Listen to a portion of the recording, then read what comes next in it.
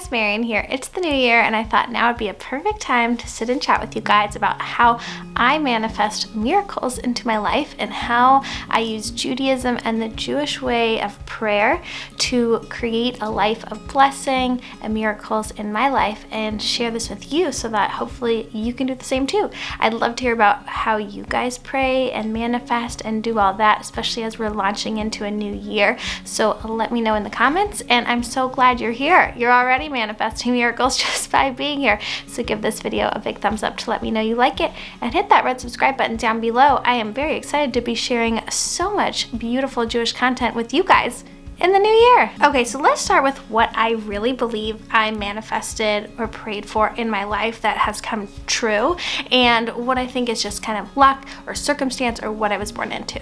So I truly believe that the Jewish ethos of prayer and how we pray creates the ability to bring in good things into our lives. So for me, I really feel like I pray and manifest goodness into my life. For me, what I truly believe is the main thing that I have brought into my life this way is gratitude. I truly believe that I have a strong sense of being thankful and being so gracious and filled with so much gratitude for the blessings I have in my life because of the way I pray and manifest. And while that sounds kind of like out there and like what does that really mean practically, I truly believe that having a grateful heart, which is such a core component of Jewish prayer, allows for more blessings to come into your life. And then I also have some weird things that have happened, things that I've said that ended up happening and coming true. And I do believe, looking back, that there's this element of manifesting in that as well. So I'll give you a quick example before we launch in, and then I want to share with you guys more about what Jewish prayer is and how that works and how it ties into manifesting. But quick little example. So growing up, as a little girl, when I dreamed of what my home would look like, and I don't know why, but I've always loved interior designs and homes and things like that. There was a core image I had in my head of what I wanted my future home to look like, and there were three things I always dreamed of. One is having a tree outside my window. Always dreamed of having a desk looking out a window with the tree outside. The second is a step-down living room. Why a step-down living room? I don't know. I don't know where that came from. I'm trying to think back, did I have friends growing up who had that? I can think of one or two that did, and I think I must have liked their houses, so that must be where it came from. Or maybe a TV show. Let me know if there was a show in the 90s that had a step-down living room, because that would have definitely influenced me. And the third thing is a dog shower. So this happened a little bit later in life when I had dogs and we were living in apartments and townhouses. I dreamed of having a dog shower. And actually, when we bought our first home, which was not going to be our forever home, it did not in any way have that. And we kept thinking about maybe building one into the house and sort of redesigning the basement. And it so still blows my mind that the house that we live in now, our dream home, has, are you ready for it? A tree out the window, a step-down living room, and a dog shower. And what's so crazy about this is we did not build this house. I always get asked what are the paint colors and things like that, and I don't know. We didn't choose any of them. But I toured lots of houses. I go on Zillow for fun. I cannot tell you exactly how rare it is to have a dog shower, but my guess is it's in 0.1% of homes. It's so rare to have one. And the fact that this home already had it and we didn't build it in just blows my mind. It's just so crazy. And asterisk on that point, we actually don't use it for the dogs that often. We do, but not that often. But we sure do use it for the kids.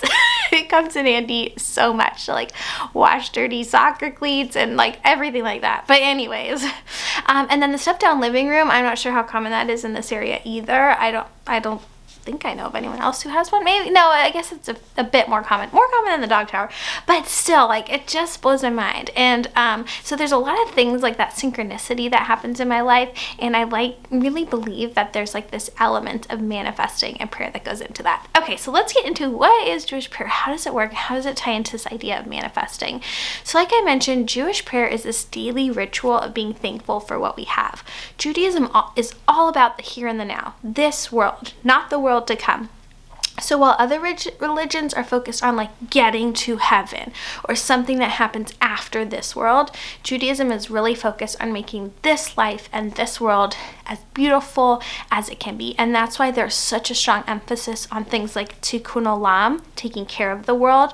So a lot of like big environmentalism campaigns and things like that are born from like Jewish people, because it's such a huge value to take care of our current world, that God has given us this beautiful place and it's our job to take care of it and to live life to the fullest in this world, like to have kids and to go out and celebrate life and celebrate every milestone. Like that is all part of Judaism. So one of the core beliefs within this idea of prayer is that there's no limit within God for goodness. There's no limited mentality that there's only a limited resource of goodness and godliness in the world. So the divine presence is literally everywhere, in everything and everyone.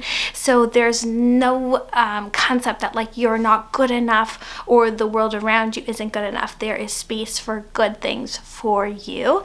I always share about one of the beliefs that I love in Judaism, which is the idea of B'Tselem Elohim, that everyone is created in God's image. Everyone has the divine spark within them. And I think that that idea of being special has really helped me personally, like never feel limited by any circumstance in an almost reckless way. I call it my reckless optimism.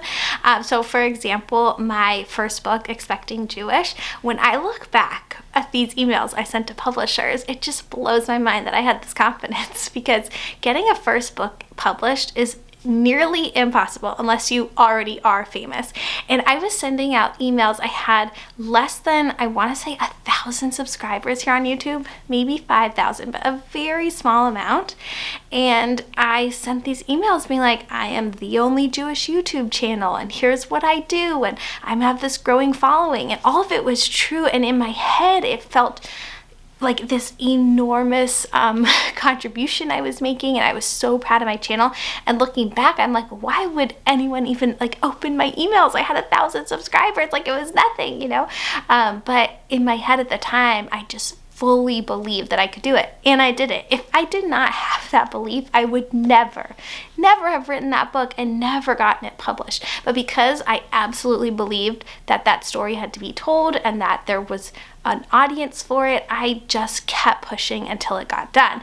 But because I didn't have any limiting beliefs around it, I believed I was special, I believed the story was special, and that it, you know, that there was a place for it, there was no limit on it. That is, I definitely know, a big reason that that book got published. So another component of Jewish prayer and tradition is there's a lot of Jewish superstition that also ties into this. So for example, if someone's traveling, people will give them tzedakah, like charity donations, to take with them. And the idea is that they'll be protected on their way because they're on their way to deliver charity. So nothing bad will happen to them on the way to do that good deed. And there's that element that if you're on your way to do a good deed, then you're somehow protected from God.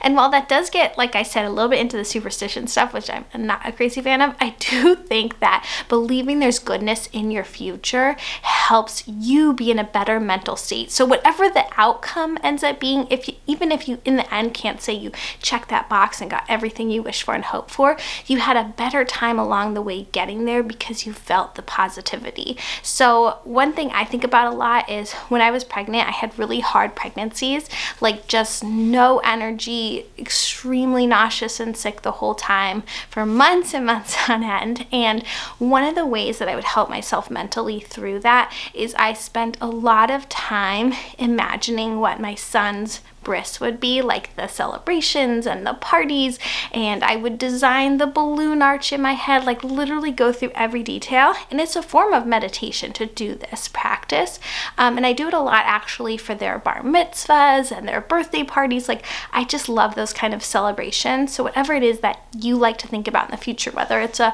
vacation or something like that, I literally will go through every detail in this like meditative process, and I don't have to force myself to do it. I enjoy it. So I'll be there thinking about like, oh, and what if we had this cake and maybe we would decorate it that way. And I actually would feel less pain from the pregnancy, like nausea and things like that, because I was able to take my mind completely out of it and focus on this mitzvah and this joy to come. So I use that in my everyday life now, but especially during hard moments like that of pregnancy and things like that, I find it very helpful to focus on these like joyous occasion and mitzvahs in the future. And it's funny now to think about like how each of those like mitzvahs and celebrations went, because none of them were exactly as I planned them in my head. And of course there were like little details that I wanted to happen and that did, but they all ended up being like beautiful, wonderful days. But it didn't matter that I didn't end up having like the balloon arch I wanted or whatever. It was more like that technique of focusing on good things got me through the bad times, if that makes sense. And then when the good times arrived, like it didn't matter what balloons I had. I didn't even care anymore because the usefulness was in bringing my mind to a better place. There's also a famous saying by the Chabad Rebbe that think good and it will be good. And you'll hear this a lot among like Jewish people, that this idea that if you think good things and believe in good things, goodness comes to you. And I think that that relates to what I was sharing before about meditating on future wonderful events. So it wasn't that I manifested exactly like I said, the exact party that I wanted, but I manifested goodness and happiness and felt better, if that makes sense. So that's why I started off this video saying what I truly believe I manifest in myself is a sense of contentment and happiness based in gratitude. And while there are some synchronicities like the house that I mentioned or little things that always come up like that I'm like, wow, I dreamed this up and here it is, what really carries me through, what really is like the defining belief of my prayer is if you feel gratitude for the life you have, you will enjoy it more. So that is my manifestation, miracles, and Jewish prayer video for you guys. I hope you enjoyed it and got something from it. If you did, feel free to let me know in the comments. Give this video a big thumbs up if you like it, and hit that red subscribe button to see more. And I'll see you in the next one. Bye!